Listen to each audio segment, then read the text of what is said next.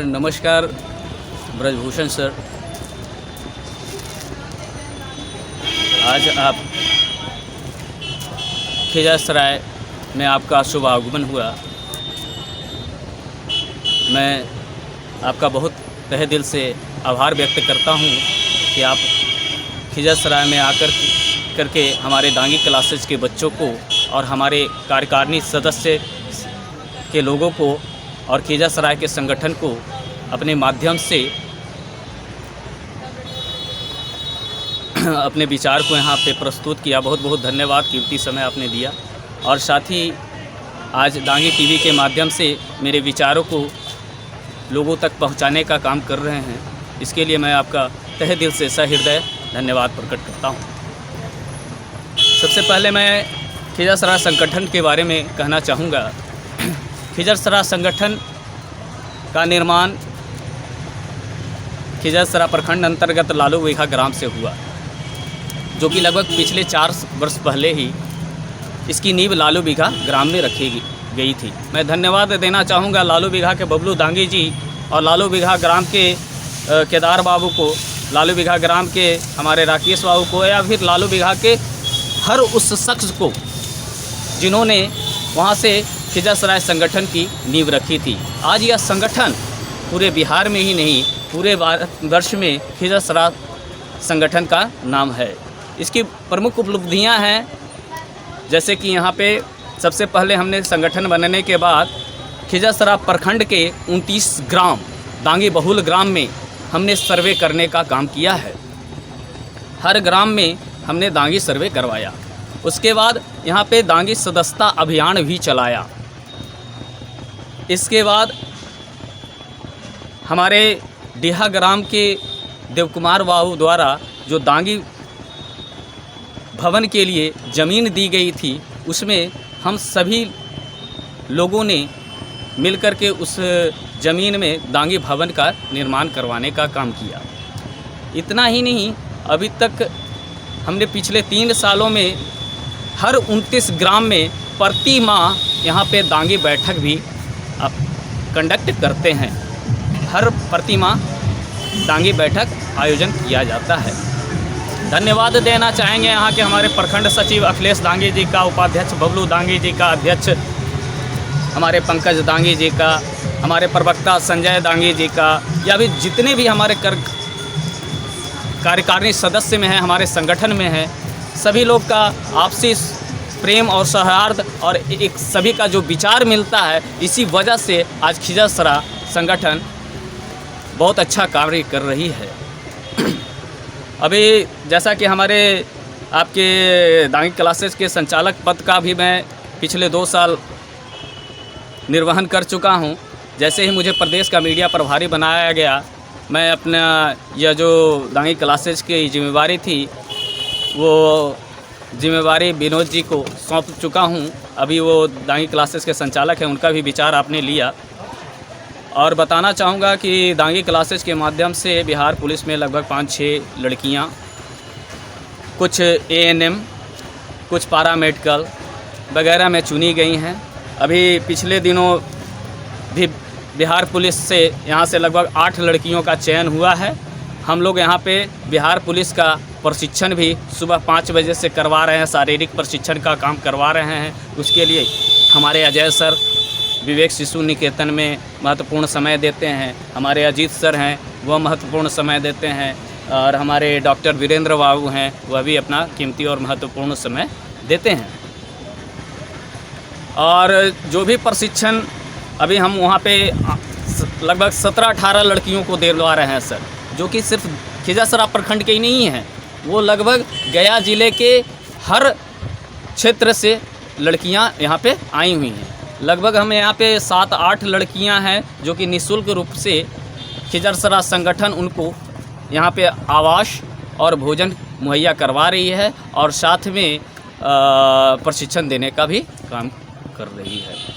तो ये सारी उपलब्धियां हैं हमारे खिज़रसराय संगठन का, और बस यही कहना चाहूँगा इन्हीं चंद शब्दों के साथ। जय दांगी, धन्यवाद। विश्वसनीयता, पारदर्शिता, त्याग, समर्पण की नींव पर खड़ा बिहार प्रदेश के जिला गया प्रखंड खिजरसराय एक ऐसा दांगी संघ जो निरंतर तीव्र गति से विकास पथ पर अग्रसर है। खिजरसराय प्रखंड के श्री अखिलेश कुमार दांगी जी, अध्यक्ष श्री पंकज कुमार दांगी जी, उपाध्यक्ष श्री बबलू दांगी जी, उप सचिव श्री अजय कुमार दांगी जी, कोषाध्यक्ष धीरेन्द्र कुमार दांगी जी, उप कोषाध्यक्ष अजीत कुमार दांगी जी, प्रवक्ता श्री संजय कुमार दांगी जी, संयोजक श्री अंकित कुमार दांगी जी, संगठन मंत्री मुरारी दांगी जी सहित संघ परिवार के साथ साथ खिजरसराय गया के जिला पार्षद श्री अजय कुमार दांगी जी धन्य हैं जो एकजुट होकर गांव-गांव जाकर दांगियों को एकजुट करने में लगे हैं तथा खिजरसराय में निर्माणाधीन दांगी भवन के आर्थिक सहयोग की मांग तथा दांगी पहचान के लिए दांगी के नाम के आगे पीछे दांगी जोड़ने के लिए प्रेरित कर रहे हैं। इनका उत्साह, प्रयास और कर्मठता सराहनीय है। प्रामाणिक तौर पर खिजरसराय प्रखंड स्तरीय संघ के द्वारा सामाजिक विकास का उदाहरण निम्न सराहनीय कार्यों से देखा जा सकता है।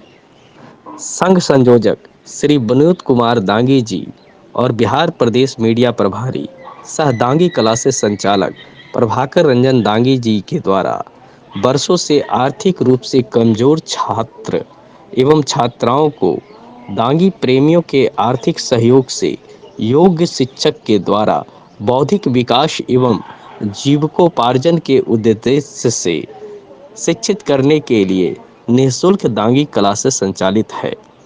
दूसरा, बहुत कम समय में निर्माणाधीन दांगी भवन के दूसरे तल्ले का लगभग पूरा होना दांगी समाज की एक बड़ी उपलब्धि है। तीसरा, संघ के साथ साथ जिला गया प्रखंड खिजरसराय जिला पार्षद श्री अजय सिंह दांगी जी के सहयोग से दांगियों की आपसी विवाद आपसी सहमति से निपटारा करवाई जा रही है। चौथा, सभी दांगियों को अपने अपने भावनाओं पर दांगी आवास, दांगी सदन, दांगी कुंज इत्यादि लिखने के लिए खिजरसराय संघ के पदाधिकारियों द्वारा प्रेरित किया जा रहा है। कई गांवों में अपने अपने भवनों पर दांगी भवन लोग लिखने भी लगे हैं। पांचवा, दांगियों के पहचान के लिए अपने नाम के पीछे दांगी जोड़ने के लिए जागरूकता फैलाई जा रही है। छठा,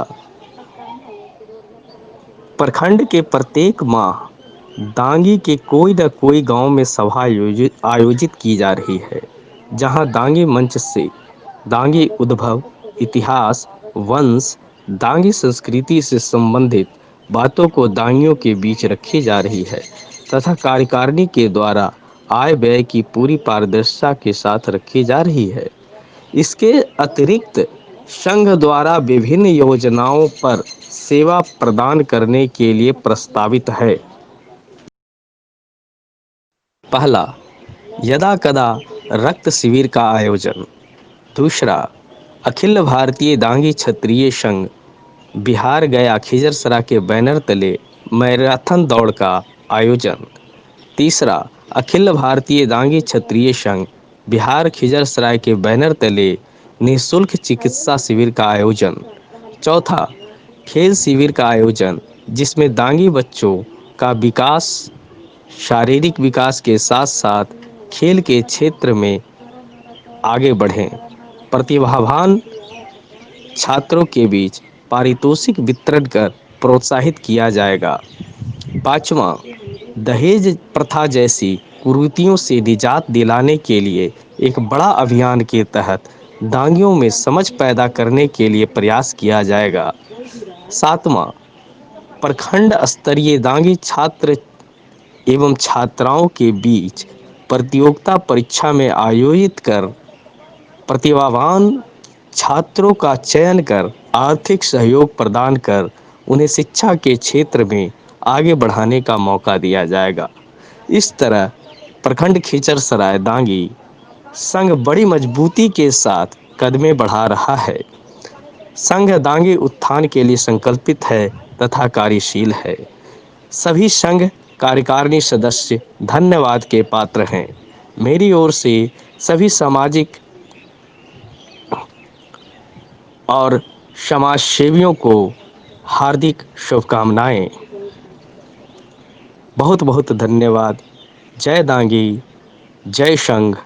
राजनंदन प्रसाद सिंह दांगी, अहिमा, खिजरसराय, गया, बिहार।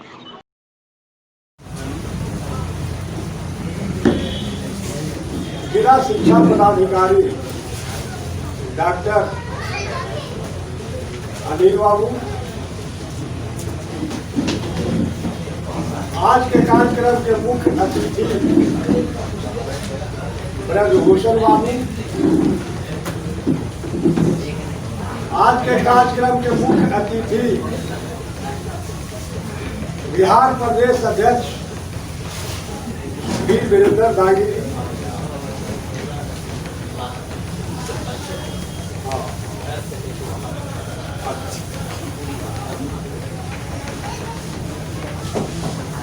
बेला प्रखंड के सचिव महोदया चंचला कुमारी जी,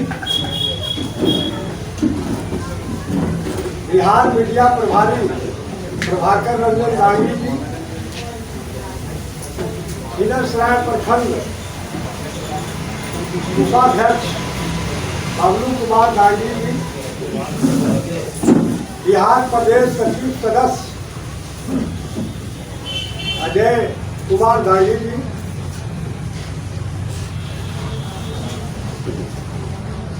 प्रखंड से आए हुए दांगी क्लासेज खिजरसराय के छात्र छात्राएं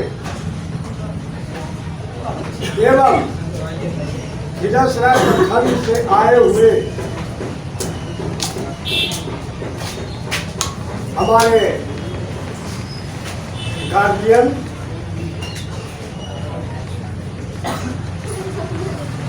समाज सेवी साथी, सभी को जय दांगी कहकर हार्दिक अभिनंदन।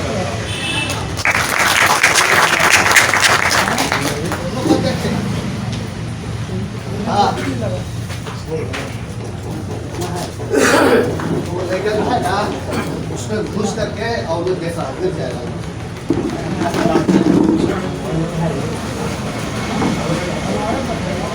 आज के कार्यक्रम के बारे में लगभग 15 दिन से बात चल रही थी।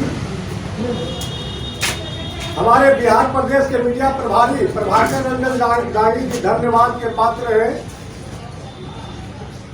जिन्होंने ब्रजभूषण दांगी जी से बात करके और जिला शिक्षा पदाधिकारी डॉक्टर अनिल बाबू से बात कर करके आज का कार्यक्रम इन्होंने रखा। बहुत खुशी की बात है, गर्मामयी बात है।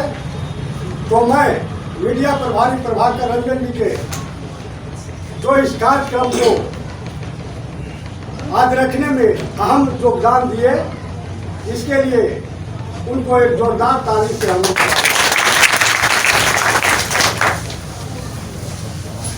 इस तरह के कार्यक्रम होता है प्रखंड में, कहीं भी समाज में, तो बहुत अच्छा लगता है, होना चाहिए।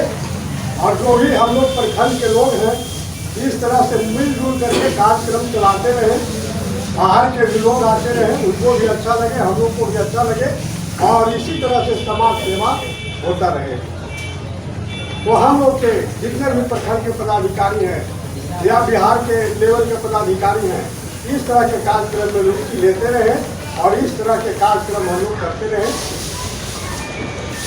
तो समाज सेवा की भावना पैदा होते रहती है और अच्छा लगता है। हम लोग मुख्य अतिथि 2-4 लोग से परिचित हैं, 2-3 पदाधिकारी बाहर से आए, समाज सेवी बाहर से आए, उनके बारे में शायद हम लोग सभी लोग परिचित नहीं हैं। तो मैं थोड़ा संक्षिप्त परिचय देकर उसके बाद स्वागत का कार्यक्रम करेंगे। पहले मैं जिला शिक्षा पदाधिकारी डॉक्टर अनिल बाबू का परिचय संक्षिप्त रूप में दे रहा हूँ। इनका पैतृक गांव इनका पैतृक गांव रत्तू बिघा है। रत्तू बिघा हम लोग सभी जानते हैं, इनका पैतृक गांव रत्तू बिघा है और ये जिला शिक्षा पदाधिकारी के पद से रिटायर किए और फिलहाल बेलहा पर खुद कॉलोनी में मकान बनाकर रह रहे हैं। ये है सर डॉक्टर अनिल कुमार। दूसरे हमारे मुख्य अतिथि ब्रजभूषण बाबू हैं।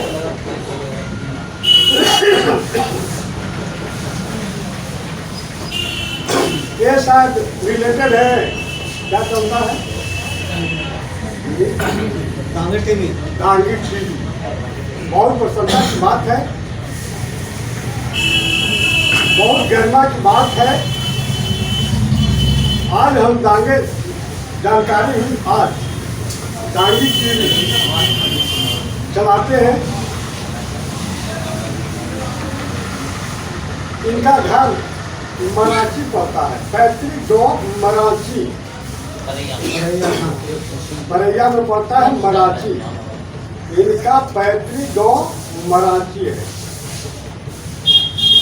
फिलहाल कार्य स्थल इनका गुजरात में, अहमदाबाद गुजरात में। और ये गुजरात में अहमदाबाद में अखिल भारतीय दांगी क्षत्रिय संघ के कोषाध्यक्ष भी हैं।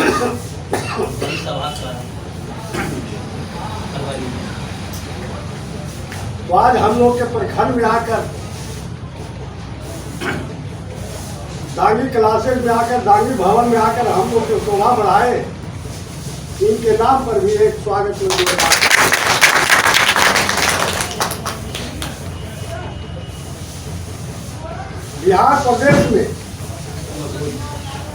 बिहार प्रदेश अध्यक्ष है, कोषाध्यक्ष है, सचिव है, सारे पद है। सारे पद पर बिहार में पुरुष विराजमान है, पुरुष, लेकिन एकमात्र महिला चंचला कुमारी बेलागंज प्रखंड के सचिव पद को सुशोभित कर रहे हैं, जो बेलागंज प्रखंड में रहते हैं।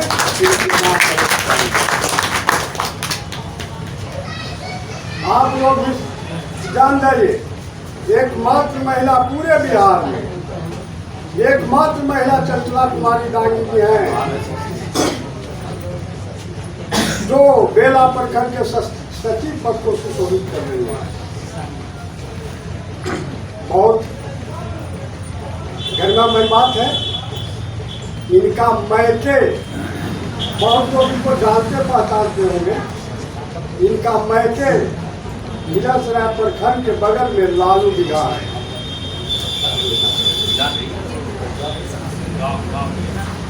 और इनका हर ससुराल कोयली बिघा पर, कोरमथू कोयली बिघा।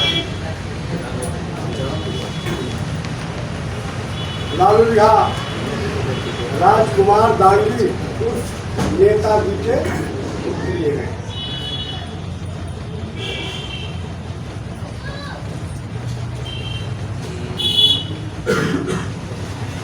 तो अब कार्यक्रम को आगे बढ़ाते हुए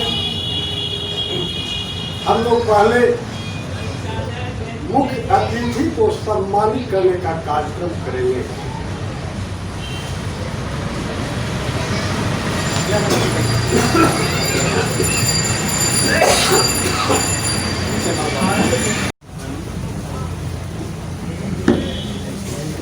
जिला शिक्षा पदाधिकारी डॉक्टर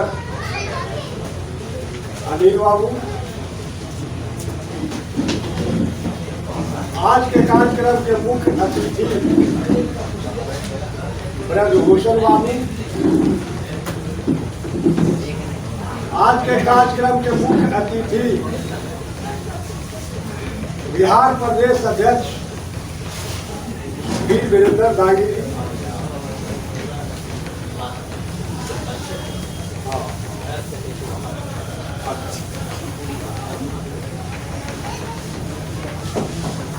बेला प्रखंड के सचिव महोदया चंचला कुमारी जी, बिहार मीडिया प्रभारी प्रभाकर रंजन गांधी जी, खिजरसराय प्रखंड उपाध्यक्ष बबलू कुमार गांधी जी, बिहार प्रदेश सचिव सदस्य अजय कुमार गांधी जी,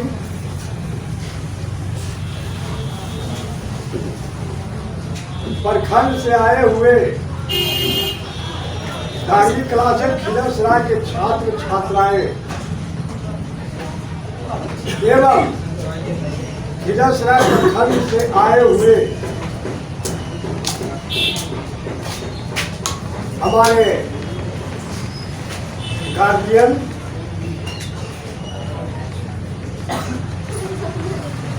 समाज सेवी साथी, सभी को जय दागी कहकर हार्दिक अभिनंदन।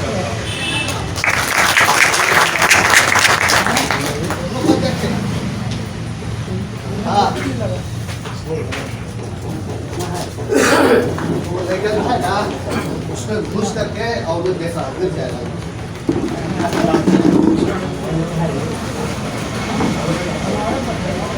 आज के कार्यक्रम के बारे में लगभग 15 दिन से बात चल रही थी। हमारे बिहार प्रदेश के मीडिया प्रभारी प्रभाकर रंजन गांधी जी धन्यवाद के पात्र हैं, जिन्होंने बदभूषण गांधी जी से बात करके और जिला शिक्षा पदाधिकारी डॉक्टर अनिल बाबू से बात कर करके आज का कार्यक्रम इन्होंने रखा। बहुत खुशी की बात है, गर्मामयी बात है। तो मैं मीडिया प्रभारी प्रभाकर रंजन जी के जो इस कार्यक्रम को आज रखने में अहम योगदान दिए, इसके लिए उनको एक जोरदार ताली से हम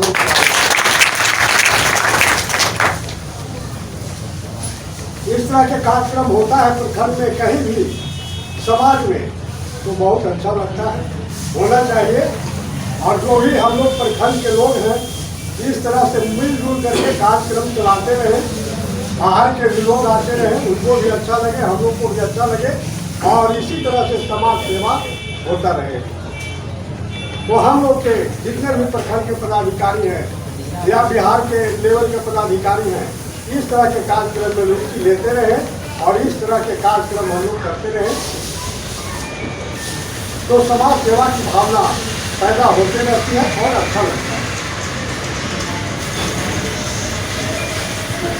हम लोग मुख्य अतिथि 2-4 लोग से परिचित हैं, 2-3 पदाधिकारी बाहर से आए, समाज सेवी बाहर से आए, उनके बारे में शायद हम लोग सभी लोग परिचित नहीं हैं। तो मैं थोड़ा संक्षिप्त परिचय देकर उसके बाद स्वागत का कार्यक्रम करेंगे। पहले मैं जिला शिक्षा पदाधिकारी डॉक्टर अनिल बाबू का परिचय संक्षिप्त रूप में दे रहा हूँ। इनका पैतृक गांव इनका पैतृक गांव रत्तू बिघा है। रत्तू बिघा हम लोग सभी जानते हैं, इनका पैतृक गांव रत्तू बिघा है और ये जिला शिक्षा पदाधिकारी के पद से रिटायर किए और फिलहाल यहाँ पर खुद कॉलोनी में मकान बनाकर रह रहे हैं। ये है सर डॉक्टर अनिल कुमार। दूसरे हमारे मुख्य अतिथि ब्रजभूषण बाबू हैं।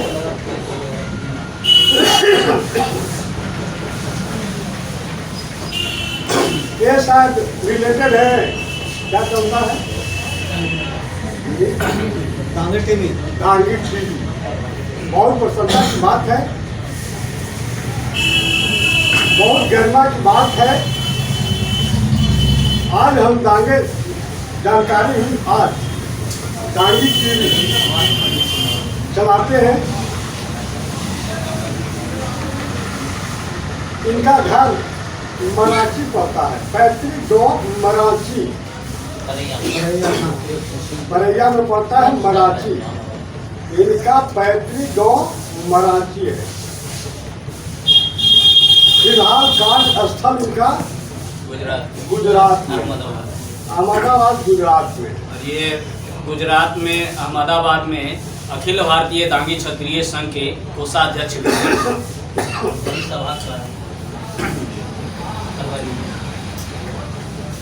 तो आज हम लोग के प्रखंड में आकर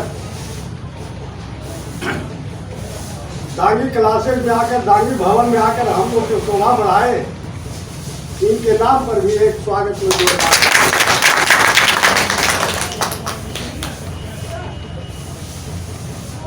बिहार प्रदेश में,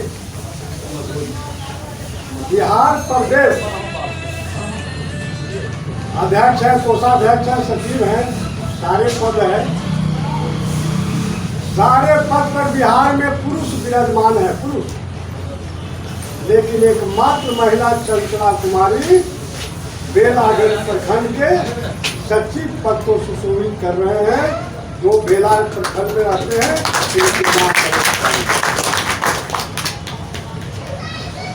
आप लोग भी जान जाइए, एकमात्र महिला पूरे बिहार में, एकमात्र महिला चंचला कुमारी दांगी की है, जो बेला प्रखंड के सचिव पद को सुशोभित कर रही है। बहुत गर्वमय बात है। इनका मैके बहुत लोग इनको जानते पहचानते होंगे। इनका मैके खिजरसराय प्रखंड के बगल में लालू बिघा है।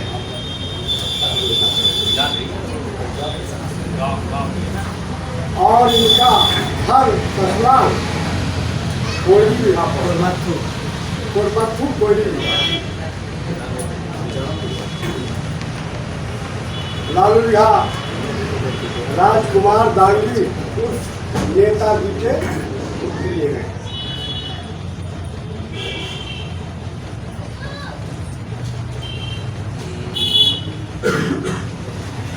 तो आज कार्यक्रम को आगे बढ़ाते हुए हम लोग पहले मुख्य अतिथि को सम्मानित करने का कार्यक्रम करेंगे।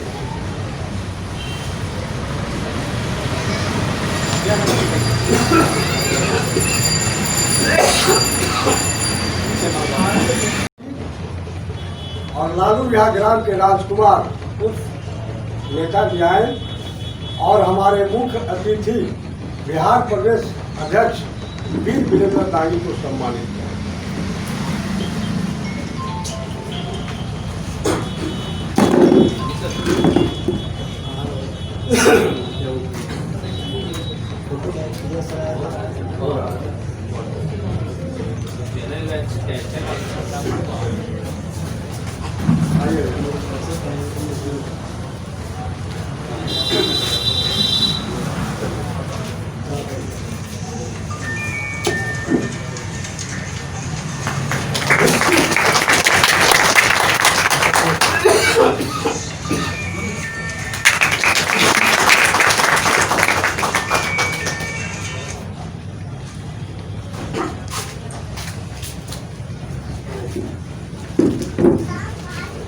अब उपाध्यक्ष महोदय खिजरसराय प्रखंड बबलू कुमार दांगी और खिजरसराय प्रखंड दांगी क्लास के संचालक विनोद कुमार दांगी भी आए और मुख्य अतिथि जिला शिक्षा पदाधिकारी डॉक्टर अनिल बाबू को सम्मानित किया।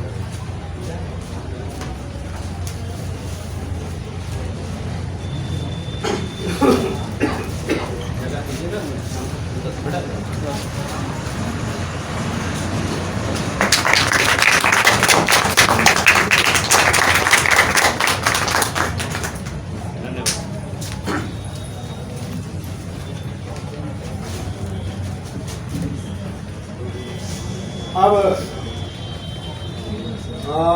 प्रमुख चिकित्सक डॉक्टर वीरेंद्र कुमार दांगी और संगठन के सक्रिय कार्यकर्ता केदार प्रसाद दांगी जी आए और हमारे मुख्य अतिथि प्रशांत ब्रजभूषण कुमार दांगी जी को सम्मानित करें।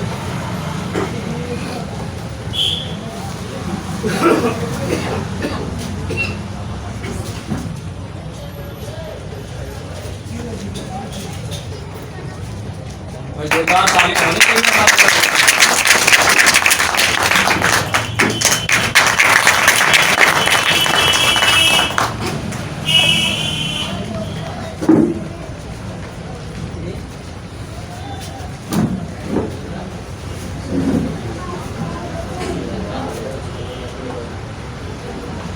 इसी कड़ी में खिजरसराय प्रखंड में बहुत अहम भूमिका सामाजिक सेवा में करने वाले युवा साथी मृत्युंजय कुमार दांगी जी को भी हम सम्मानित करना चाहेंगे। युवा साथी, इनका घर लालूगढ़ पड़ता है।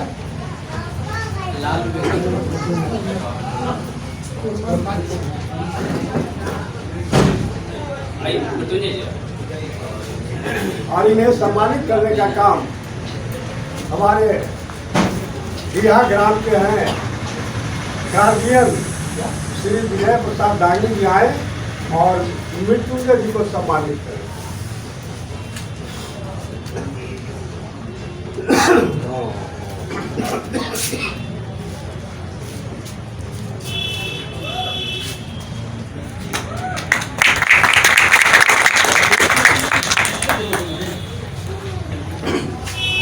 परवीन जी हैं, परवीन सर आए आप लोग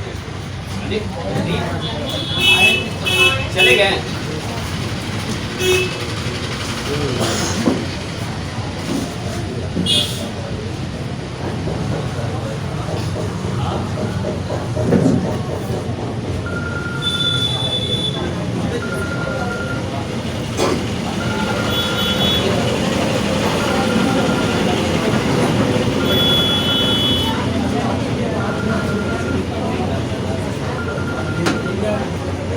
हमारे बीच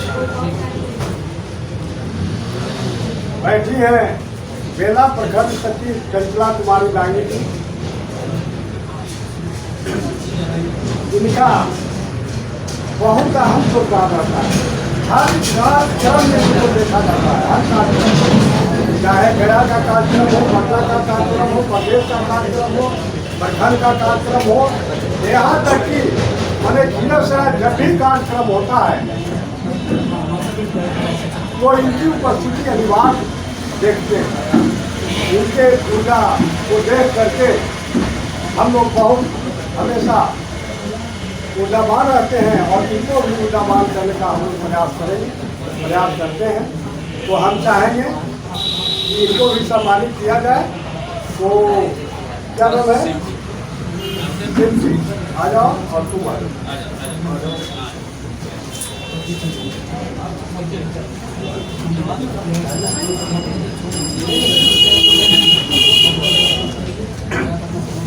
आइए मृत्युंजय सर भी आ जाए। उनके हस्बैंड हैं आप। मृत्युंजय जी चंचला जी के हस्बैंड हैं।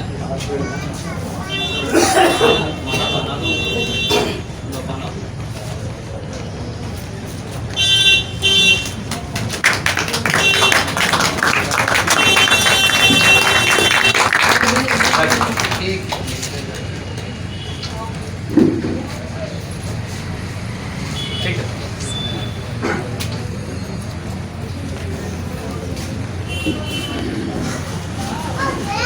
हर कार्यक्रम को आगे बढ़ाते हुए हम चाहेंगे कि जिला शिक्षा पदाधिकारी माननीय डॉक्टर अनिल बाबू प्रखंड खिजरसराय के बारे में, दांगी क्लासेस के बारे में चंद शब्दों से हम लोग को संबोधित करें। चंद शब्दों से दांगी क्लासेस के छात्र छात्राओं को संबोधित करें और जो डॉक्टर साहब का कार्यक्रम है उस कार्यक्रम वो प्रारंभ करेंगे।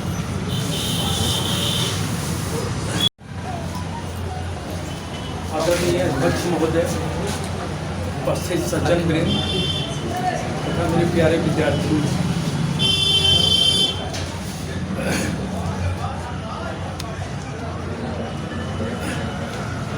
आज के ज़िंदगी में आपने ये साहस किया कि हम किसी कंपटीशन में बैठेंगे तो सबसे पहला कदम आपने जीवन का, और निस्संदेह इसके पहले काफ़ी हिचकिचाहट रही होगी। इसके बाद आप अंतु परंतु किरंतु छोड़ करके और अब निश्चय की कि नहीं भाई हम कोचिंग क्लास में जाएंगे, किसी प्रतियोगिता परीक्षा में बैठेंगे और सफल होंगे, तो सबसे पहले तो हम यही सोचना, यही संकल्प लेना सबसे पहला कदम है। अभी सभी के बीच हम एक पुस्तिका का और एक कलम का सबके बीच वितरण कर रहे हैं। उस पुस्तिका में ऐसे 40 पेज तो सादा है, लेकिन 8 पेज जो है वो ज्ञान विज्ञान से भरपूर है। उसमें जो कुछ लिखी हुई बात है, यदि आप उसमें एक के बारे में नहीं जानते हैं तो उम्मीद नहीं कीजिए कि भाई आप किसी कंपटीशन में सफल हों। उसके लिए ज़रूरी है कि उसमें कम से कम फर्स्ट पेज पर जिन जिन का चित्र बना हुआ है उनके बारे में आप जानते हैं, ठीक है, नहीं जानते हैं कोई बात नहीं है, हम जानेंगे। और उसका 8वां पेज जो है वो समझिए कि कम से कम 800 किताब पढ़ेंगे तब जाकर के उतना नॉलेज आपको होगा। इसको हमने समेटने का प्रयास किया है। अच्छी बात है। उसके साथ बीच में जो 40 पेज दिए हैं ब्लैंक, इसलिए कि आजकल देख रहे हैं कि प्रतियोगिता परीक्षाओं में ज़्यादातर लोग क्या कर रहे हैं, पढ़ रहे हैं, देख रहे हैं, यूट्यूब से देख रहे हैं, पढ़ रहे हैं, लेकिन लिखने का अभ्यास नहीं कर रहे हैं। तो जब लिखने का अभ्यास नहीं कीजिएगा तो किसी प्रतियोगिता में सफल नहीं हो पाएगा। लिखना भी उतना ही जरूरी है जितना कि पढ़ना जरूरी है। ठीक है, पढ़िए, उसके बाद डिस्कशन कीजिए, ये दोनों एक तरफ और बाकी लिखना एक जगह। हम लोग भी जब विद्यार्थी थे और जितना भी जो पेड़ पौधे देखते हैं उसका बोटेनिकल नेम बड़ा टेढ़ा मेढ़ा होता है, नहीं? जैसे 16 नाम आलू का है, मिर्चा का नाम कैप्सिकम फ्लूक्सन, कितना टेढ़ा मेढ़ा नाम है। तो क्या करते थे, उसको इतना बार लिखते थे कि लिखते लिखते 2 फायदा होता था। एक फायदा तो याद हो गया, दूसरा कि अंग्रेजी में उसको लिखे तो उसका स्पेलिंग बिल्कुल सही हो। तो ये बहुत ज़रूरी है। किसी भी कंपटीशन में आप सफल होते हैं तो जो लिखने की प्रवृत्ति धीरे धीरे हम लोग में ख़त्म होते जा रही है। खाली बोलते हैं और देखते हैं, पढ़ते हैं, वो भी सही है, लेकिन लिखना भी उससे ज़रूरी है। चूँकि बड़ा से बड़ा कंपटीशन में देखेंगे तो देखिएगा कि उसमें पत्र लेखन का, निबंध लेखन का हिंदी में, अंग्रेजी में निश्चित रूप से रहेगा। तो भाई वो आदत आप नहीं छोड़िए, इसका कम से कम अभ्यास हर हाल में आपको होना चाहिए। अब जहाँ तक पढ़ने की बात है, सबसे ज़्यादा कन्फ्यूजन होता है परीक्षाओं में।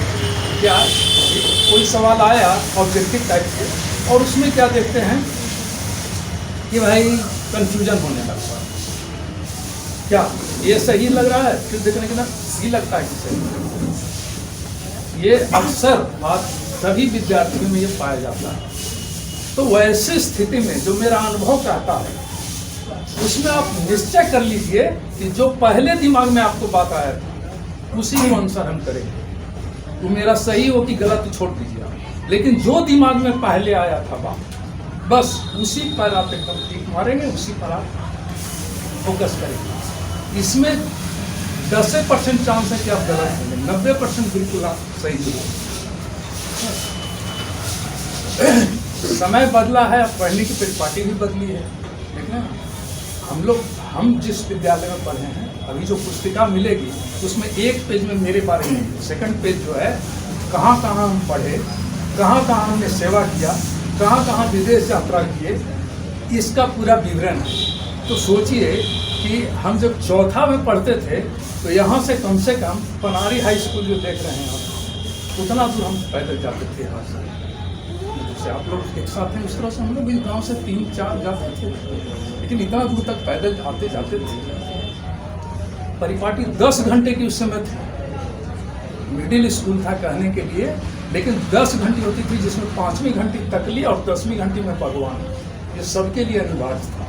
और 8 घंटे में आपको खाली नहीं मिलता था, जैसा कि आजकल देखते हैं सरकारी विद्यालयों में कि 1-2 घंटे तो एकदम बिजी रहे, इसी लड़के में दर्द कर रहा है, कोई बात नहीं, 1 भी घंटे खाली नहीं जाती, जिसमें जो है करना है, जो है थोड़ा उसमें परिवर्तन आया।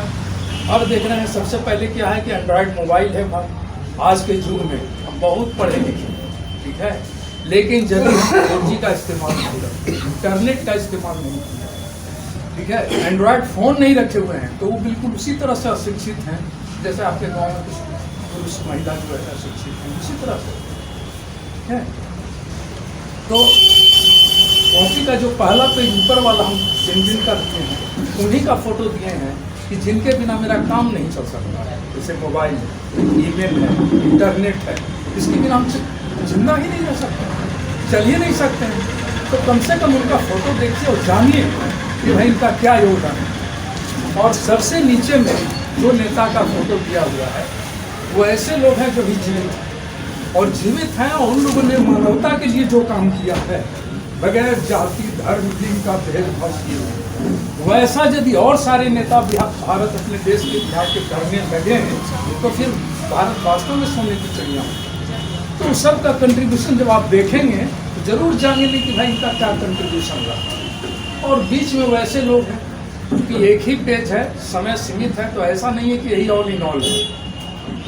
यदि देश भर में जितने महापुरुष हुए उतना कोई इकट्ठा करेंगे तो बहुत मोटा मोटा किताब ही नहीं भर पाएगा। तो उसमें से तो हमने मुश्किल से 16 या 20 को हमने सिलेक्ट किया है। 4 महापुरुष ऐसे लोग को सिलेक्ट किए हैं जिनका योगदान मानवता के लिए तो रहा ही, और हम उनसे अपरिचित हैं। नई पीढ़ी तो और नहीं जानती कि उनमें ये गुण भी था, उन्होंने ये किया था, है? एक साधारण उदाहरण की बात ले लीजिए कि अभी सचिवालय में आप जाते हैं, जिसको मन होता है लिफ्ट से चला जाता है, लेकिन वो दिन भी था भाई, चपरासी को अलाउ नहीं था, 4th ग्रेड वाले अफसर लोग केवल जा सकते थे लिफ्ट से, चाहे फाइल कितनी भारी क्यों न हो, लेकिन उसको सीढ़ी से ही जाना पड़ता था। लेकिन कर्पूरी ठाकुर जब मुख्यमंत्री बने उन्होंने ऑर्डर निकाला कि नहीं, लिफ्ट का प्रयोग सारे लोग करें। तब उसके बाद से ये प्रचलन में आया। तो आप देख रहे हैं जब सचिवालय में कोई रोक टोक नहीं है, कोई नहीं किसी लिफ्ट से जा सकता है, लेकिन पहले पब्लिक के लिए और 4th ग्रेड के लिए आपके लिए लिफ्ट मिली। तो अपने देश में तो अनेकों महापुरुष हैं, सबका योगदान करना तो बहुत मुश्किल है, लेकिन फिर भी इसमें से कुछ को हमने समेटने का प्रयत्न किया है। सबसे लास्ट पेज पर जो है देखेंगे, ऊपर में साइंस सिटी का फोटो दिया है। हम पहली बार जब अपने साथियों के साथ गया से कलकत्ता जो हवाई जहाज सेवा शुरू हुई, उसमें 17 साथी हम लोग गए थे, तो वही साइंस सिटी को ले गए थे वहाँ। तो आप में से कोई भी यदि साइंस सिटी कलकत्ता जाए और कम से कम 3 दिन का टाइम रखिए, 3 दिन पूरा, जैसे स्कूल का टाइम है 10 से 4, वैसे 10 बजे से लेकर रात 8 बजे तक यदि आप 3 दिन लगातार उसके हर आइटम को देखेंगे और करके देखेंगे, पूरी नहीं प्रैक्टिकल करके देखना, तो निश्चित जानिए कि हर कंपटीशन में 25% सवाल एकदम निश्चित रूप से आप एकदम सही देंगे, कभी आप गलत हो ही नहीं सकते। उसी के तर्ज पर कुछ पटना में भी साइंस सिटी खुला है, बहुत जगह खुल रहा है, लेकिन उसका भी मुकाबला नहीं है। वहाँ पर जितना भंडार है ज्ञान का, विज्ञान का, वो वही दूसरा कलकत्ता बहुत और शहरों से तो बहुत निकट है। इसलिए आप में से जब किसी को मौका मिले, कलकत्ता जाने का मौका मिले, तो आप निश्चित जानिए कि उसमें जो है आप, हम तो 3 दिन कह रहे हैं, आपके पास देखिए समय है तो और ज़्यादा टाइम दीजिए, नहीं तो कम से कम 1 दिन तो हर हालत में वहाँ दीजिए, और फिर देखिए कि विज्ञान के प्रति आपका दृष्टिकोण कितना सही है। अंदाजी जो विज्ञान में देखिए, विज्ञान का भारी डिमेरिट क्या है, ये अंदाजी जो सवाल हल कीजिएगा ना, वो एकदम निश्चित गलत होगा। जैसे प्राय ज़्यादातर तो पूछते थे कि भाई प्रकाश संश्लेषण के दौरान पौधे सूर्य की ऊर्जा का कितना % उपयोग करते हैं, आप में से बता सकते हैं? विद्यार्थी हैं, प्रकाश संश्लेषण पौधा करता है ना, रोज खाना बनाता है, तो सूर्य की ऊर्जा का कितना % उपयोग करता है? ये 10वां 9वें 10वां का सवाल है, कोई बात नहीं, जानते हैं तो ठीक है, अंदाज लगाइए, बोलो जी, अंदाज बताओ कितना %? बोलो, अरे इसमें संकोच करने बात है, सही गलत होगा, ठीक है। कोई नहीं। अरे पीछे आवाज जा रही है विद्यार्थी सबका। आप लोग को जा रही है? आवाज सुनाई पड़ रहा है ना? नहीं, आप लोग तो आगे आओ, कुछ बैठना कुछ बोलना चाहिए ना। आप ही लोग के लिए ये सब ज्ञान की बात है। ठीक है, कुछ भी आप बोलिए, एकदम गलत होगा। सही जवाब क्या है? 1%। अब 1% तो कोई विश्वास ही नहीं करेगा भाई, 1% कैसे होगा भाई? खाना बना रहा है तो कम से कम 30% 35% जरूर उपयोग करता होगा। तो विज्ञान का यही मेरिट या डिमेरिट कहिए कि यदि एक रेट आप जानते हैं तब ये अच्छे है। दूसरा क्या है, जैसे जैसे आप ऊपर वाला कंपटीशन में जाएंगे वैसे वैसे थोड़ा गहराई में जाएंगे। जैसे एक सामान्य बात पूछता है, दिन रात कितने का होता है जी? सब कोई जानता है 24 घंटे का होता है। नहीं, सवाल तो यही है, लेकिन यही यदि ऊपर क्लास में जाएंगे तो वो क्या बताएगा कि दिन रात मिला के अवधि कितनी होती है भाई? वो लिख रहा है 23 घंटा 56 मिनट 4.09 सेकेंड। ऐसे कितना है? बात तो वही 24 घंटा आप याद किए होंगे। तो 24 घंटा याद कर से काम नहीं चलना है, यहाँ एकदम एक रेट चाहिए कि 23 घंटा 56 मिनट 4.09। IAS के कंपटीशन में क्या हुआ कि 4.09 में वही दे देगा 4.01, 4.07, 4.09, इस तरह से विकल्प दे देगा ताकि आप कंफ्यूज कीजिए। 23 घंटा 55 मिनट, 23 घंटा 56 मिनट, उससे नीचे थोड़ा लो के क्लास 2 में आए तो 23 घंटा वो सेकंड पर नहीं जाएगा, वो मिनट पर लेके आएगा। 23 घंटा 55 मिनट, 23 घंटा 54 मिनट, 55 मिनट 56 मिनट, इसमें से कोई एक चीज। और जैसा कि आप कंपटीशन वगैरह में देखते होंगे कि जो नीचे वाला रहता है नन ऑफ द अबव, वो बहुत रेयर 10% ऐसा सवाल मिलेगा जिसमें नन ऑफ द अबव है। ज़्यादातर में आप जानिए कि A, B, C या D, ये चारों में से ही उसका होगा। और एक जो असफलता की बात जो हमने झेला वो आपको जरूर शेयर करेंगे कि जब इंटर हम पास किए और BSc का कंपटीशन के देने के लिए फॉर्म भरे तो बता दिया गया कि भाई ऑब्जेक्टिव सवाल आएगा।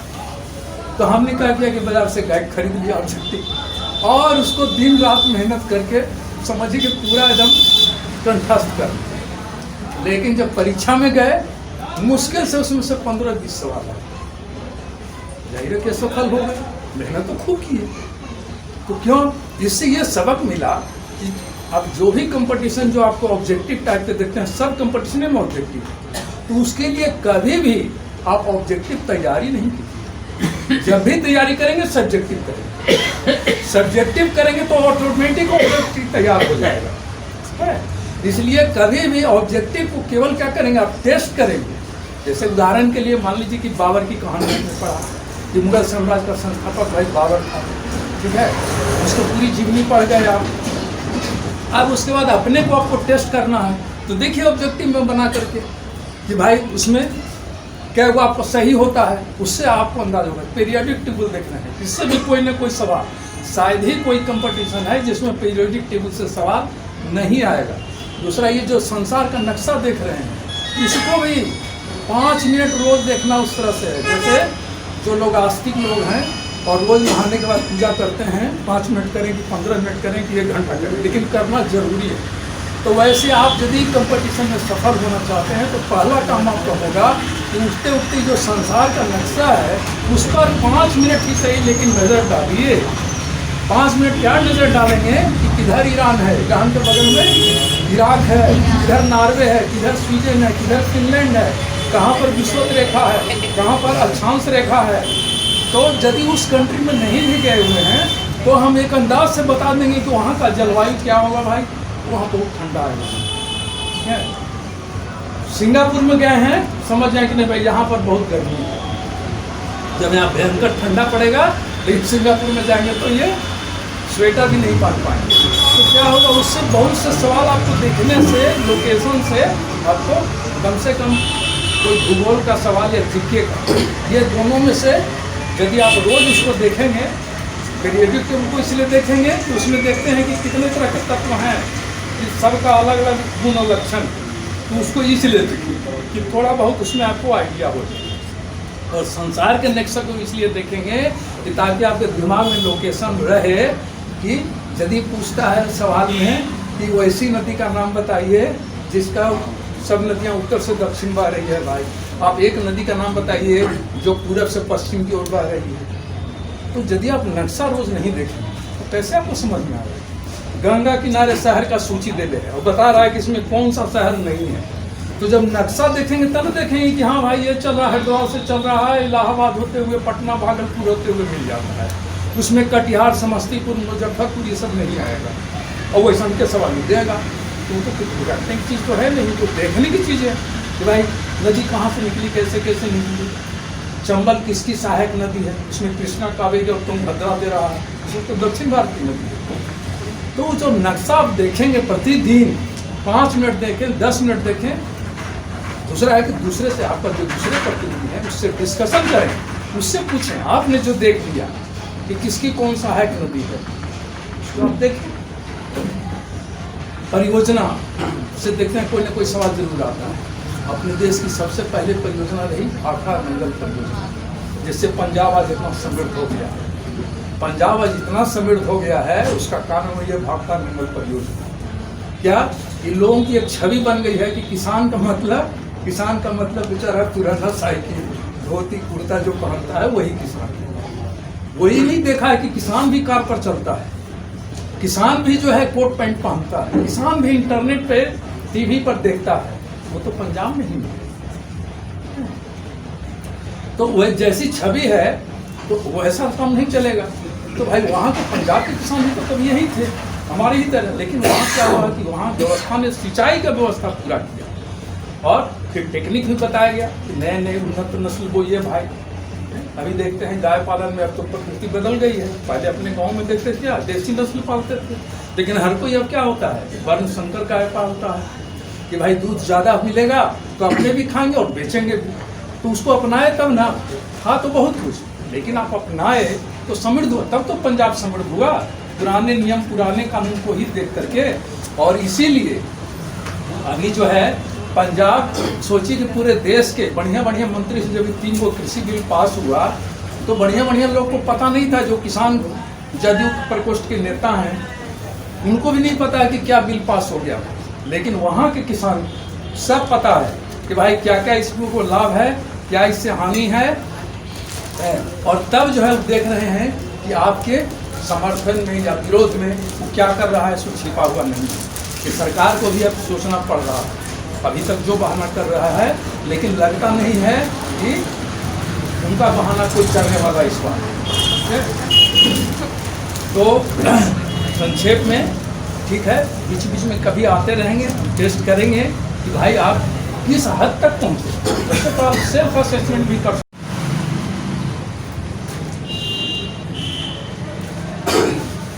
चलिए घर जाकर के पूरी तसल्ली के साथ, इत्मीनान के साथ इसको अध्ययन कीजिएगा आप लोग, ठीक है। समय अभाव की वजह से कार्यक्रम को आगे बढ़ा लेते हैं। मैं आमंत्रित करना चाहूँगा हमारे बीच मुख्य अतिथि के रूप में हैं गुजरात के अखिल भारतीय दांगी क्षत्रिय संघ के कोषाध्यक्ष ब्रजभूषण दांगी जी, जो कि परैया मराठी के रहने वाले हैं। पिछले 2 महीना पहले इनका बिहार के धरती पर आगमन मराठी में हुआ है। इनका पुश्तैनी आवास मराठी में ही है और 2 महीना से यहाँ पे अपने घर पे हैं। और बिहार में जितने भी कार्यक्रम अखिल भारतीय दांगी क्षत्रिय संघ के माध्यम से हो रहा है, जहाँ जहाँ बैठक हो रहा है, इन्होंने उस बैठक में सम्मिलित रूप से भाग लिया है और अपने दांगी टीवी पर लाइव टेलीकास्ट उस बैठक को अपने कैमरे में कैद कर करके करने का काम कर रहे हैं।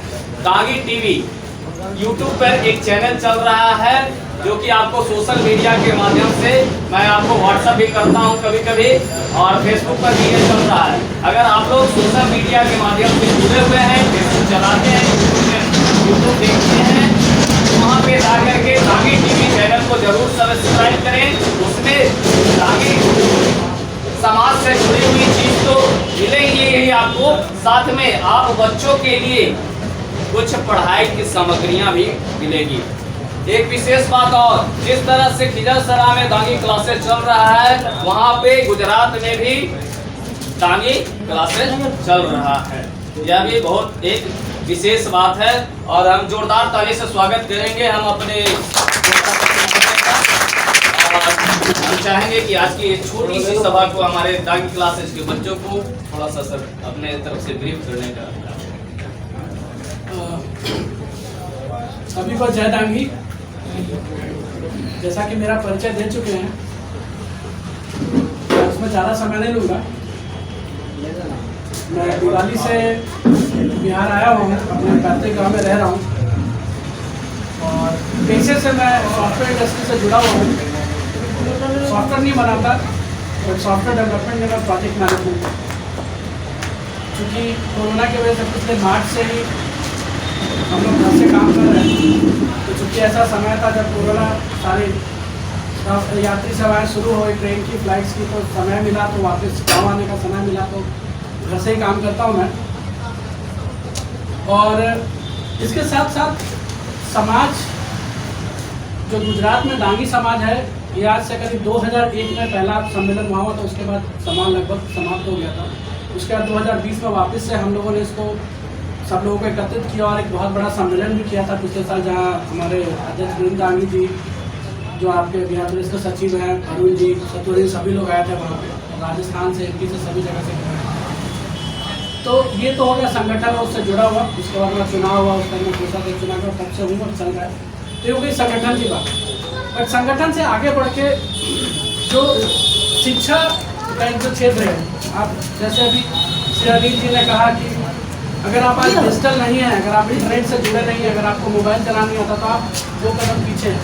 क्योंकि टेक्नोलॉजी जो है आपके जीवन में हर तरह से आ चुका है। तो जब अगर आप टेक्नोलॉजी का इस्तेमाल नहीं करेंगे, चाहे किसी चीज़ में, चाहे वो खेती हो, यात्रा हो, पढ़ाई लिखाई हो, हर चीज़ में टेक्नोलॉजी का इस्तेमाल करना ज़रूरी है। तो इस क्रम में जो चैनल है दांगी टीवी, एक्चुअली यूट्यूब पे है। बेसिकली इसकी शुरुआत इसलिए हुई थी कि गुजरात एक ऐसा क्षेत्र है जहाँ पे मैक्सिमम जो लोग हैं, जो हमारे यहाँ से जाते हैं, वो छोटे व्यवसाय या उद्योग धंधे से लगे हुए। अब उनके बच्चे वहाँ पे पढ़ रहे हैं। मैंने अक्सर केसेस में देखा है कि वो खुद वहाँ पे रह रहे हैं, हस्बैंड वाइफ, बच्चे को गया पटना पढ़ने के लिए दे। क्यों? क्योंकि वहाँ माहौल नहीं है, सुविधाएं नहीं है, अगर है भी तो बहुत महंगी है। उनकी आय और बचत के हिसाब से उसको अफोर्ड नहीं कर पा रहे हैं, बहुत सारी बातें। तो इन सब को देख के हमारे यहीं पे आपके अलाहगंज के श्री लक्ष्मण दांगी जी हैं, वो पीपीएफ डिपार्टमेंट में कार्यरत हैं और काफ़ी समय तक शिक्षा से जुड़े रहे थे सर्विस में जाने से पहले। तो मिलकर ऐसा किया कि नहीं, क्यों नहीं आप बच्चों की सहायता के लिए हम कुछ ना कुछ करें। तो जैसा आपका खीजरसराय में दांगी क्लासेस चलता है, वैसे ही अहमदाबाद में बटवा एक एरिया है, वहाँ पे दांगी क्लासेस चलता है, जहाँ पे बच्चे एसएससी, एनटीपीसी और जो भी अलग अलग कंपटीशन है उनकी तैयारी करते हैं। एक तो ये उद्देश्य था कि जहाँ हमने उनको एक जगह ग्रुपिंग के लिए बिठाया, वो आते हैं, बैठते हैं, पढ़ते हैं। इसके साथ साथ उनके मार्गदर्शन के लिए हर हफ्ते या दूसरे हफ्ते हम कहीं ना कहीं से, या जो लोग जॉब में हैं या जो लोग शिक्षा से जुड़े हैं, उनको लेके आते हैं, उनका मार्गदर्शन करते हैं। ये तो यहाँ तक हुई। बट अभी क्या है कि हर किसी के पास समय का भी अभाव है, तो इसलिए हमने सोचा कि डिजिटल माध्यम से इसको कैसे किया जाए। तो ये एक आइडिया आया कि क्यों ना हम यूट्यूब चैनल शुरू करें जहाँ पे हम सभी चीज़ों को एकत्रित करें। तो ये चैनल उसके लिए स्टार्ट हुआ था, लेकिन बाद में ऐसा हो कि जब ये चैनल है और हमारा समाज अग्रसित हो रहा है, और क्योंकि मैं आपको बताऊं कि जो आपका बिहार का ये खीजरसराय जिला है, ये जो संगठन है आप लोग, ये बहुत ही एक्टिव संगठन है। अगर मैं पिछले 6 महीने से अगर मैं नज़र रखूँ सभी जगह पे, तो मेरे को ये जिला का संगठन सबसे ज़्यादा एक्टिव दिखता है हर चीज़ में। तो ये तो हो गई ये बात। तो दूसरी चीज़ की भाई अब इसको कैसा होता, हमने इसको डिजिटल किया। आप अगर चैनल पर जाएंगे तो अलग अलग क्षेत्र, चाहे वो रेलवे में हो या एसएससी में हो, जो लोग कार्यरत हैं उनके आपको इंटरव्यूज़ मिलेंगे, जिसमें आपको बताएंगे कि वो क्या कर रहे हैं, कहाँ कार्यरत हैं, कैसे उन्होंने तैयारी की, उनका पारिवारिक बैकग्राउंड क्या था। तो आपको एक प्रेरणा मिलती है उससे। इसके साथ साथ हम अलग अलग जो शिक्षक हैं जो इस व्यवसाय से जुड़े हुए हैं, जैसे आपके दांगी पुष्पेंदु पुष्प जी गया जनकपुर में जो रहता है, जीएस के बहुत अच्छे शिक्षक हैं हमारे समाज के, बहुत अच्छा जीएस पढ़ाते हैं। तो जैसे वो हैं, उन्होंने 1-2 क्लासेस दी हैं अपनी। परैया में इंग्लिश का शिक्षक है, वो दे रहे हैं। लक्ष्मण जी मैथ्स और रीजनिंग के क्लासेस करते हैं। तो ऐसे आपको सब्जेक्ट वाइज हम लोग कोशिश कर रहे हैं कि ज़्यादा से ज़्यादा क्लासेस आपके वहाँ पे हम ला सकें, ताकि क्या जो हमारे समाज के बच्चे हैं जो देखना चाहते हैं, समझना चाहते हैं, कार्य कर सकें। और प्लेटफॉर्म पे आ सके और उसको सीख सके। एक तो ये उद्देश्य था। दूसरा उद्देश्य था कि मेरे एक सोच है, जो मैं सोचता हूँ कि कहानियाँ तो बहुत है समाज में, और ऐसी हैं जो बोली जानी चाहिए, लोगों तक पहुँचनी चाहिए। तो दांगी टीवी शुरू करने का उद्देश्य यही था। इसका जो उद्घोषण है, जो वाक्य है, वो दांगी समाज की आवाज़, बट एक्चुअली इसका मूल जो उद्देश्य है वो है कि there are stories that has to be told. मतलब कुछ कहानियाँ हर जगह है और वो कहानियाँ बाहर आनी चाहिए। जैसे आज अगर यहाँ पे खिजरसराय में दांगी क्लासेस चल रहे हैं, कितने लोग सहयोग कर रहे हैं, कितने बच्चे आ रहे हैं यहाँ पे पढ़ रहे हैं, कई लोग यहाँ से जॉब में भी जा चुके हैं। तो ये एक आदर्श है, बट क्या आदर्श को खिजरसराय तक ही सीमित रहना चाहिए? नहीं, इसको देश के कोने कोने में, आपके समाज के हर एक हिस्से तक पहुँचना चाहिए, ताकि इससे प्रेरणा लेके लोग आगे बढ़ें और आगे कुछ अच्छा करें, हर क्षेत्र में करें। तो हमारा ये जो दांगी टीवी है, इसका उद्देश्य यही है। और आज यहाँ आने का उद्देश्य यही था कि मैं आप सब बच्चों से मिलूँ, यहाँ के संचालकों से मिलूँ।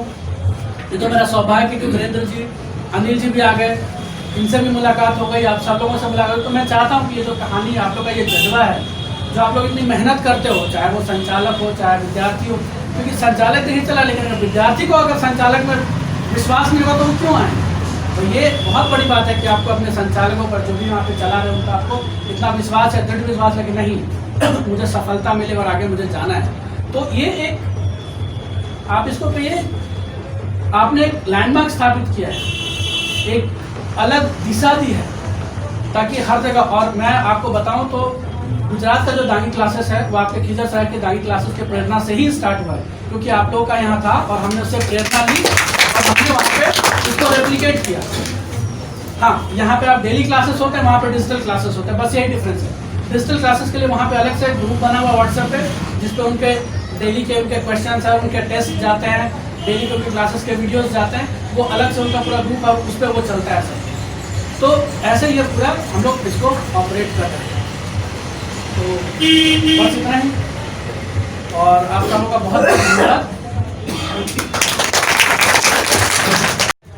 एवं सक्रिय समाज सेवी को सम्मानित करने का कार्यक्रम चल रहा था। जो दांगी क्लासेस के शिक्षक हैं, दांगी क्लासेस में जिनका अहम योगदान है, वैसे शख्स हैं परवीन सर। परवीन सर नवादा जिले के नरहट प्रखंड, सर नरहट प्रखंड सिद्धल्ला। परवीन सर जो यहाँ क्लास ले रहे हैं, छात्र छात्राओं का निःशुल्क सेवा दे रहे हैं, निःशुल्क सेवा। उनका पैतृक गांव सिद्धल्ला प्रखंड, नवादा जिला, चक पर सिद्धल्ला प्रखंड में चक पर एक गांव है, वहाँ उनका पैतृक गांव है। ये परवीन सर अपनी जीविकोपार्जन के लिए कुछ दिन पहले यहाँ आए और कोचिंग चला करके अपना जीविकोपार्जन करते हैं, साथ ही साथ अपना पढ़ाई भी जारी रखे हुए हैं, कंपटीशन वगैरह देते रहते हैं। तो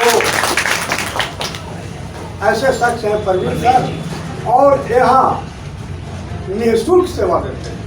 निःशुल्क सेवा के साथ साथ छात्र छात्राओं को और संगठन को मार्गदर्शन देने का भी काम करते हैं परवीन सर। तो हम चाहेंगे कि मीडिया प्रभारी प्रभाकर रंजन दांगी जी परवीन सर को सम्मानित करने का काम करें। परवीन सर, हाँ आइए सर। तो परवीन सर आए और अपना सम्मान स्वीकार करें।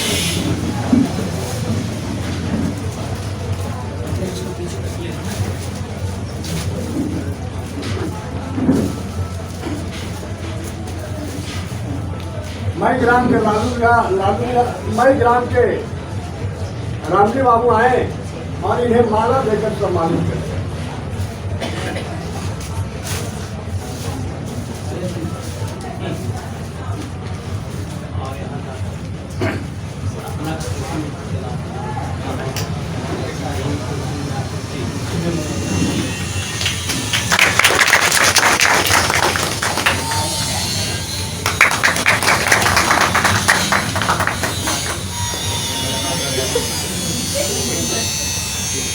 ये है परवीन सर जो निःशुल्क सेवा दे रहे हैं।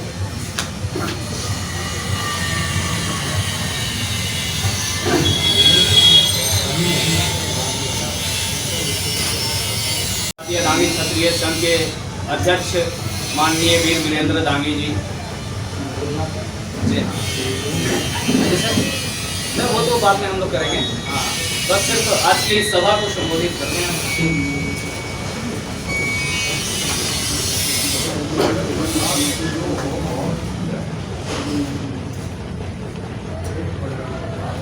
अखिल भारतीय दांगी क्षत्रिय संघ गया जिला के खिजरसराय प्रखंड अंतर्गत संचालित दांगी क्लासेज में अध्यक्षता कर रहे स्थानीय प्रखंड के सचिव अखिलेश कुमार दांगी जी इस छोटी सभा में और बहुत ही धारदार ऊर्जा युक्त छोटी सभा में आए हुए हमारे समाज के ही सेवानिवृत्त जिला शिक्षा पदाधिकारी अनिल बाबू,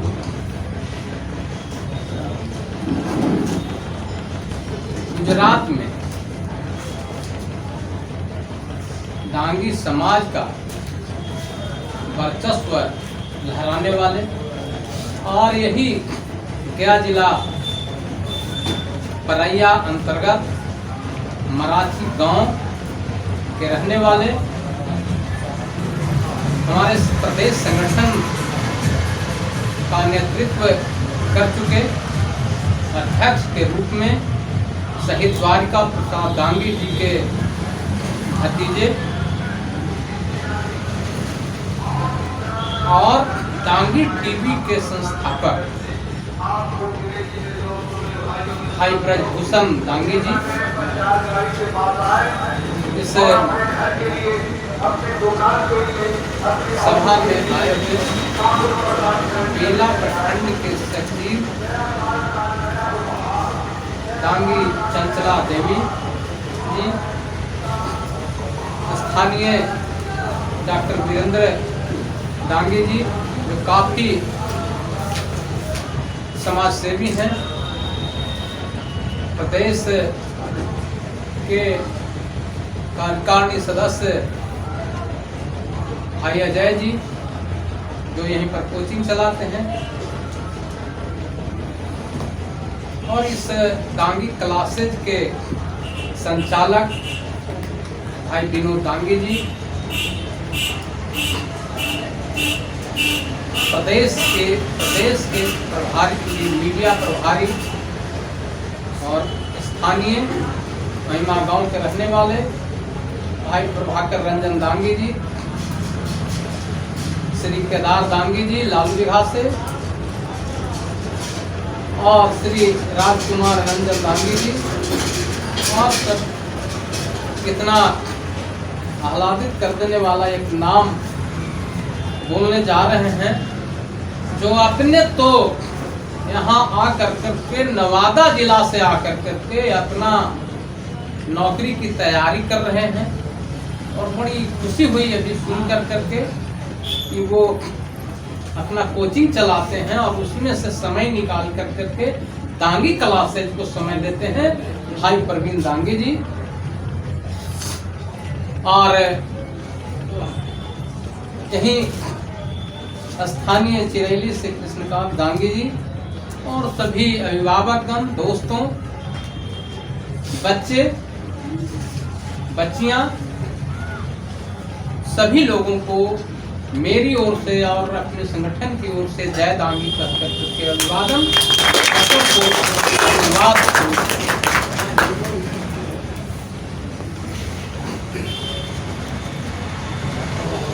प्रभाकर रंजन दांगी जी और ब्रजभूषण दांगी जी से बातें हुई थी और कुछ लोगों ने कहा था कि आपका समय लेना चाहते हैं और वो समाज के प्रति कुछ बातों को उजागर करने के लिए अपने उद्गार देने से संबंधित आपसे मुखातिब होना चाहते हैं। और इस सिलसिले में मैंने कहा कि इस्लामपुर हमें आना है, आप आ सकते हैं। प्रभाकर रंजन डांगी जी इसमें बहुत तेज आती है। तो इन्होंने कहा कि तुम्हें मेरे घर पर और वहीं पर पता नहीं मिला भी लिए यहाँ का सेक्रेटरी को, अखिलेश बाबू को, और कहीं कि ना यही रख लीजिए। तो हमें क्योंकि आने में कोई दिक्कत भी नहीं है, तो हम आ भी गए। और यहाँ आया तो देखा कि तो कुछ नक्शा बदला हुआ है, बच्चों को भी बुलाया हुआ है। भाई काम तो दूसरे तरह का था, लेकिन बच्चों को भी बुलाया गया और साहब लोग भी आ गए हैं, सब लोग आ गए हैं। तो हमको और भी बड़ी खुशी हुई, क्योंकि समाज ने हमको अध्यक्ष बनाया है समाज का काम करने के लिए, और जहाँ समाज जुटा हुआ हो और हम पहुँचे तो उससे अधिक, उससे और क्या हो सकती है खुशी का कारण। ये तो बहुत बड़ी खुशी का कारण कि सब लोग, बच्चे भी आ गए और सब लोग आ गए। तो ये तो यहाँ आने के बाद चलिए बढ़िया बात है। और यहाँ पर दांगी क्लासेस चलता है इस दांगी भवन में, और उसके संचालक भी बैठे हुए हैं विनोद भाई। और जो यहाँ पर शिक्षा दी जाती है उससे जो उपलब्धियां हुई वो बातें भी अखिलेश बाबू से, प्रभाकर रंजन जी वगैरह वगैरह सभी लोगों से होते रहती है। व्हाट्सएप में भी जो बातें आते रहती हैं, मैगजीन में भी जो आते रहती है बातें, उभर कर के आई है। यहाँ के बच्चे और बच्चियाँ, कुछ कांस्टेबल लोग भी लोग गए हैं, और भी कुछ नौकरियों में गए हैं, दूसरे नौकरियों में भी गए हैं। तो ये दांगी क्लासेस के द्वारा पढ़ कर के और वो अपना गुण ले करके और कुछ नौकरियों में जा रहे हैं। तो यह तो बड़ी बात है ही, और साथ ही साथ इससे भी बड़ी बात और क्या है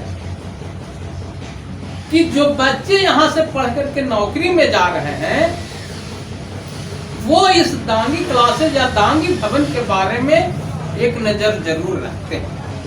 यह बहुत बड़ी बात है। और वो डोनेशन देते हैं, यह बड़ी बात है, ये एक बहुत बड़ी बात है। और ये जिस बच्चों में इस तरह की भावना है कि जो हमारी माता रही है, यानी पढ़ाई के मानने में यह इसको माता समझ रही गई है, और वो जब काम करने के लायक हो गई यहाँ से पढ़ कर, तो उससे जो कुछ आमदनी हुआ उसमें से कुछ यहाँ इस माता के लिए निकाल दी है, तो बड़ी बात है। चुके इसलिए बड़ी बात मैं बोलना चाहता हूँ और इसलिए कहना चाहता हूँ कि हमारे समाज में छात्रावास की कमी नहीं है। और मैं चुके यहाँ पर करीब 12 जिला में हम समाज के लोग रहते हैं, कम रहें या अधिक रहें, उसमें कई जिला ऐसे हैं जहां बहुत संख्या में है। और खास करके गया जिला को तो दांगी का मैके ही कहा जाता है। तो इसी गया जिला में, गया शहर में आज 4 भवन बने हुए हैं समाज के। एक तो वो बाटा मोड़, वो क्या उसको कहते हैं, फतेहगंज में। दूसरा वो वहाँ जो महिला छात्रावास के नाम से है लखनपुरा में। तीसरा यहाँ बैरागी जनता कॉलोनी में, और चौथा वहाँ मेडिकल शाखा में। तो 4 भवन तो बने हुए हैं, और भी भवन बनने की तैयारी हो रही है। लेकिन 2 भवन या छात्रावास ऐसे हैं लखनपुरा और फतेहगंज वाले कि न जाने सैकड़ों लोग छात्र यहाँ से पढ़ करके गए और नौकरी पाए। लेकिन हमें लगता है कि 1 दर्जन लोग भी वहाँ उसकी स्थिति को देख करके और वहाँ कुछ राशि देने का काम किया होगा। तो हो सकता है ये जानकारी लेने की जरूरत है, अभी तक हमारे जानकारी में नहीं आई। इसलिए यह कहना पड़ा कि यह दांगी क्लासेस एक संस्कार भी सिखाया, पढ़ाई के साथ साथ एक यह संस्कार भी सिखाया है कि जहां से हम पढ़ रहे हैं उसको भी देखना है। नवादा जिला में भी देख रहे हैं, नवादा जिला में भी छात्रावास है, पर हमें नहीं लगता है कि वहां से भी जो बच्चे जा रहे हैं वो कुछ देते हैं या नहीं देते। जमुई जिला में चल रहे हैं छात्रावास, वहां भी यही स्थिति है, और वैशाली जिला के हाजीपुर में भी छात्रावास चलाए जा रहे हैं, वहां भी यही स्थिति है। और बार बार संगठन जब से ही सक्रिय हुआ है 2008 के बाद लगातार जो सक्रिय हुआ, वैसे तो पहले वो क्या कहा जाए 1960 के पहले जो सक्रियता थी समाज के संगठन में, अखिल भारतीय दांगी क्षत्रिय संघ रहे या बिहार प्रदेश दांगी क्षत्रिय महासभा रहे, वो जो भी जब शुरू से 1914 से चला है, तो जिलों का नाम उस जिला के नाम के साथ, जैसे गया जिला दांगी क्षत्रिय सभा, दांगी क्षत्रिय सभा, और जब प्रदेश स्तर का हुआ तो उसका नाम पड़ गया बिहार प्रदेश दांगी क्षत्रिय महासभा। और तब से 1960 के पहले तो छोड़ दीजिए, लेकिन उसके बाद से हम नहीं जानते हैं उसके पहले से कैसे कैसे चला, 3 बरस पर चलता रहा है, जो हम लोगों ने खोज किया है। और एक 2014 में जो शताब्दी समारोह हम लोगों ने किया, संगठन का 100 वर्ष पूरा होने के बाद शताब्दी समारोह किया था 2014 में, और उसके उपलक्ष्य में एक मैगजीन निकाली गई, और उस मैगजीन में वो 1914 से लेकर करके आज तक का, यानी 2014 तक का विवरण दिया गया है। उसमें जहां तक जानकारी हुई ये सब जहां के तहां पड़ा हुआ था, लेकिन उसको संकलित करके हम लोगों ने एक जगह लिपिबद्ध करने का प्रयास किया, एक छोटा सा प्रयास हुआ है। और तब उसमें हम देखते हैं कि 2008 के बाद से ही 3 बरस एक अमनावा में सम्मेलन हुआ था 1988 में, उसके बाद 91 में हुआ धराउट में जहानाबाद में, और फिर 94 में गांधी मैदान में। यह 3 जो सभाएं हुई और 3 जो चुनाव हुए, यह लगातार होता है, जो 3 बरस पर हमारा संविधान का था। और 1994 में सम्मेलन जो हुआ गांधी मैदान में, उसमें हमारा चुनाव तो नहीं हुआ, बड़ी सभा हुई, लेकिन 95 में उसको, चूंकि बड़ी सभा में चुनाव नहीं हो सकता था, और जो प्रक्रिया थी कि वो सभा में, बड़ी सभा में ही कराया जाता था, तो 95 में वो गया कि गांधी मैदान, गांधी मंडप में वो कराया गया, क्या के दरबार, तो वो कराया गया। और मैं 1988 से ही नहीं, बल्कि मैं बहुत पहले से ही इसमें सक्रिय रहा हूँ अपने दांगी संगठन में। तो मुझे सब कंप्यूटराइज है, कहीं न कहीं एक फाइल बनी हुई है दांगी के बारे में।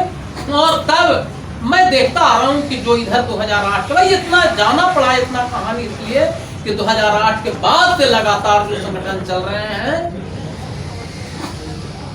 लगातार जो चल रहे हैं, उसमें कुछ अपने ही समाज के ऐसे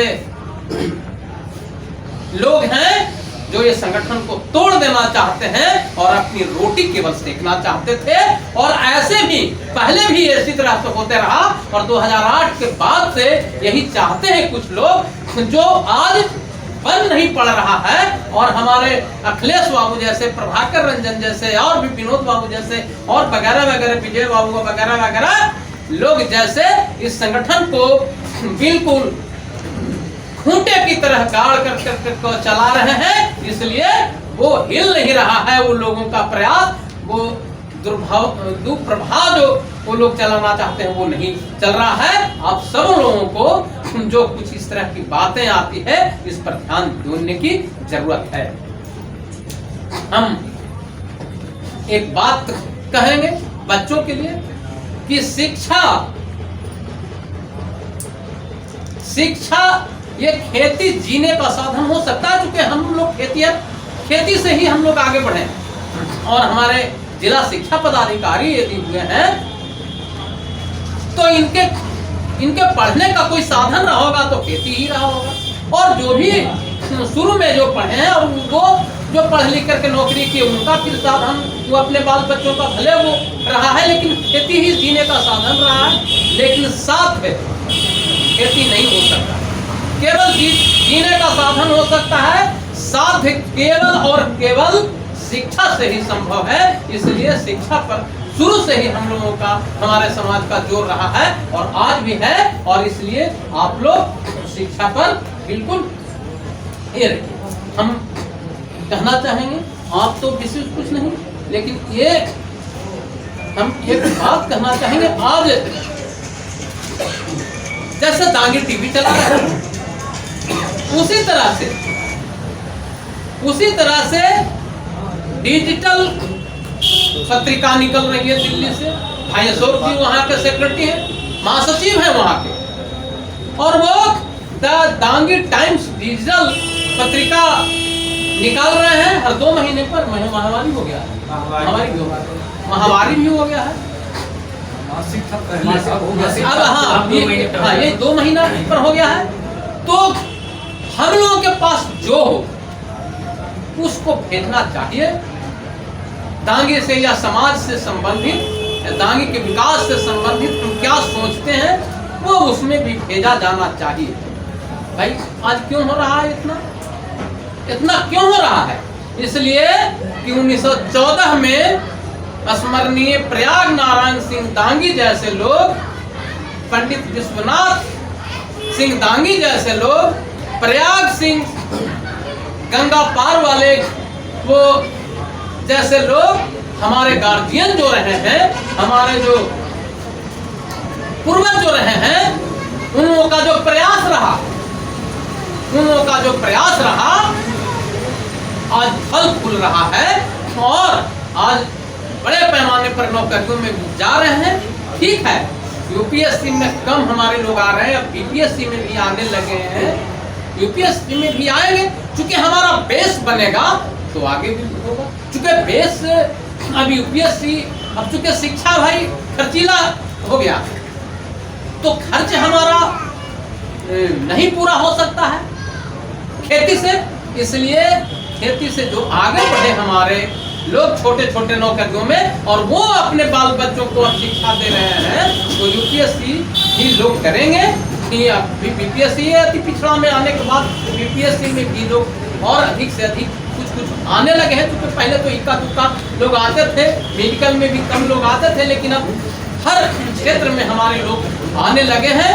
अब ऐसा नहीं है, केवल मोरल को आगे हाई करने की जरूरत है। कहीं किसी दूसरे के सामने अपने आप को शर्मिंदगी मत दिखाइए, आप अपने आप को कमतर मत आंकिए। आपको मोरल हाई करके रहना है कि हम क्षत्रिय वंश से हैं और हम दांगी ही हैं। हमको कोई दूसरा कुछ कह दे तो उसको मानने की कोई जरूरत नहीं है, यह समझने की जरूरत है। क्योंकि यहाँ दूसरे काम के लिए बहुत ज़्यादा भाषण की जरूरत नहीं है। तो हम वो दांगी टाइम्स आज सोचिए, या दांगी टीवी कैसे जब वो लोग बना करके रखे, तब इसीलिए कहा जाता है कि जब भाषा का बीज बचेगा तो संस्कृति का पेड़ हरा भरा एक दिन दिखेगा, यह कहा जाता है। इसीलिए कि हमारे जो पूर्वज लोग थे इस संगठन को बना के रखे, छात्रावास बना के रखे, उस छात्रावास से सैकड़ों हजारों लोग सब पूरे बिहार में कहीं न कहीं अपने जिला में पढ़ कर करके नौकरी पाए। यह अच्छी बात है। और आज और भी छात्रावास बन रहे हैं, भवन बन रहे हैं। तो हम 2 पंक्ति में ही कह करके और इसको हम समाप्त करेंगे, चूंकि और दूसरा भी कार्यक्रम है यहाँ पर कि कथानक व्याकरण समझे तो सुरभित छंद हो जाए। कथानक व्याकरण समझे तो सुरभित छंद हो जाए, हमारे समाज के बच्चे सुखद मकरंद हो जाए। अपने समाज के अपने समाज के बुद्धिजीवियों से वीरेंद्र दांगी आग्रह करता कि इतना मेहनत कीजिए कि हमारे समाज के छात्र छात्राएं पढ़कर के विवेकानंद हो जाएंगे। और अपनी वाणी पर हम विराम देते हैं। धन्यवाद। जय हिंद।